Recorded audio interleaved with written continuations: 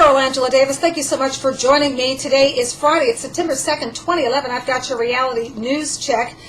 Beginning with your headlines, the economy, folks, is really in tough shape. We'll tell you about it. Also today, the banks are being sued for causing so much drama. Banksters, I should say. We'll tell you about that. Plus, manufacturing stumbles, and folks, it's stumbling all over the world. We'll tell you about that. That's very bad news. Also, Goldman Sachs, what a villain of a company. What a villain. We'll tell you about that. And then, will there be enough money to pay for hurricane damage?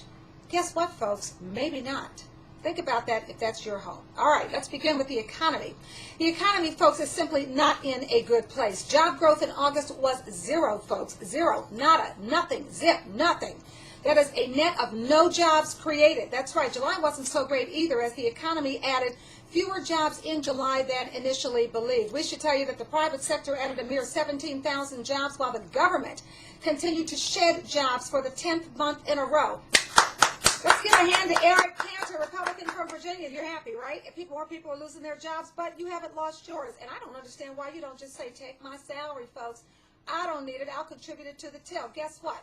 I want to tell you that that's not all, because according to the feds, you're not going to believe this, average hourly earnings also dropped. They dropped by 3 cents an hour.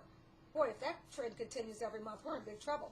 If jobless growth does not speed up, folks, you should know it could take more than 4 years to return to pre-recession employment levels, okay?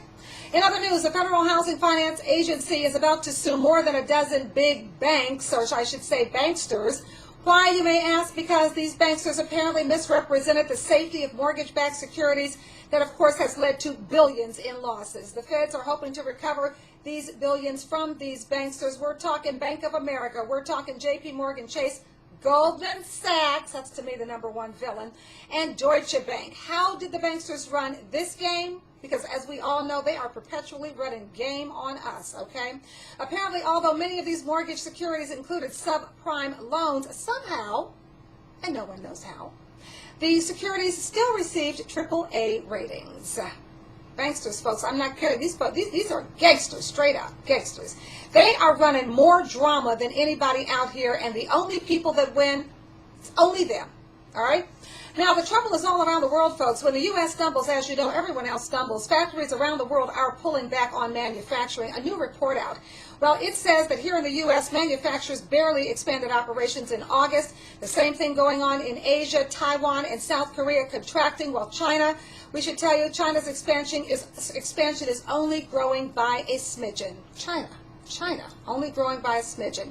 In Europe, manufacturing is declining for the first time in 2 years. Apparently, problems in Greece and Ireland are a threat to economies such as Italy and France. And you can blame the Goldman Sachs. I'm sorry, that company's just a villain. You can blame them for so much of this. You'll remember that last year, Goldman was fined $550 million by the Securities and Exchange Commission. That fine was to settle allegations that Goldman misled investors by selling them a deal that Goldman had designed to fail. What do you think about that, folks? Sell you something it designed to fail. There is no activity, there is no gangbanger, there is no thug, there is no gangster that has done something that is this bad. Goldman, somebody better go to jail. Somebody better go to jail behind this, okay? They designed the deal to fail, then they designed it to fail, then they sold it to people. That's what, and I'll say allegedly, folks, but we all know what happened. Okay, the penalty, we can't even say allegedly because they were penalized. All right, the penalty was so weak, $550 million. That's how much money they make. It was so weak that it was like, I'd say it was like fining you unemployed people 1 cent, but of course not, because you don't make money, because your unemployment has run out, you don't have any revenue, so we couldn't even, a cent would have hurt you. But that's how weak the penalty was, so weak that it was like fining you a cent for doing something wrong. Goldman's penalty, you should know, amounted to less than a week's worth of revenue for the firm, and now Goldman has been allowed to sell off its mortgage unit. Okay, you can sell it off. First, Goldman destroys it, then it sells it. And my question is that what they're trying to do to the United States of America? Destroy it, then sell it? You gotta wonder, folks, okay? All right, regulators allowed Goldman Sachs to sell the unit with a few minor admonitions. slap on the hand, folks. First, Goldman agreed to forgive a few $1 million in homeowners' debt. Second, a few, and I want to say a few, okay? Second, Goldman said it would refrain from an illegal practice. Its practice is already illegal. Oh, I promise I'm going to stop. Oh, okay, I'll stop selling drugs. Oh, okay, I'll stop doing this. Okay, I'll stop. Goldman, okay, I'll promise. That ain't good enough, folks, all right? Goldman said it would refrain from an illegal practice known as robo-signing. Robo-signing, you should know, is when a financial institution approves foreclosure documents on your house without even reading the documents. That's right, folks. They care so little about you. They don't even have the decency to read the documents before they sign off and have somebody walk in there and take your house. That is pathetic. One blogger from the Huffington Post said, quote, "This is not America," unquote, meaning not a democracy. The blogger goes on to say, quote, we've become a corporatocracy, unquote. So true, so sad, and so pathetic. But we should tell you that there is finally some disharmony amongst the Republican sheep. New Jersey Governor Chris Christie is upset because he needs an immediate increase to the FEMA disaster and budget money in the aftermath of Hurricane Irene. He is very angry now with fellow Republican Eric Cantor, a Republican from Virginia, because he's called for additional funds Cantor, I want to make sure you understand who I'm talking about. Cantor and his band of merry Republicans have called for additional, and because of the drama that they created in the debt ceiling debacle, we now have to have additional funds offset by equivalent spending cuts. Okay, Christie says this: our people are hurting now, and they are still without power, and they need support now. You should know that around 150,000 people in New Jersey are still without power. Some communities remain flooded. Christie now joins Virginia Governor Bob McDonnell.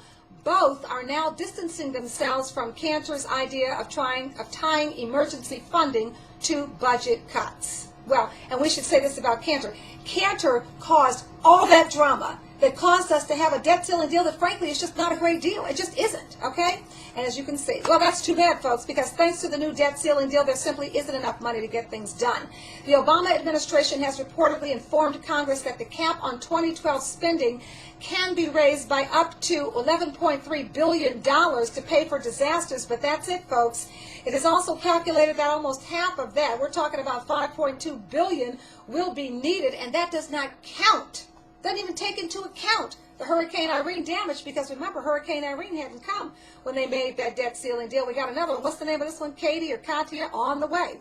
Sorry, folks, there is now a cap on that discretionary spending, and folks, that is just the beginning. When you cut the federal government's ability to respond to problems, you create more problems than you solve. We're sure to have other storms. There will be no way to help people. The government is the only savior in this kind of economy, so wake up, folks. Wake up.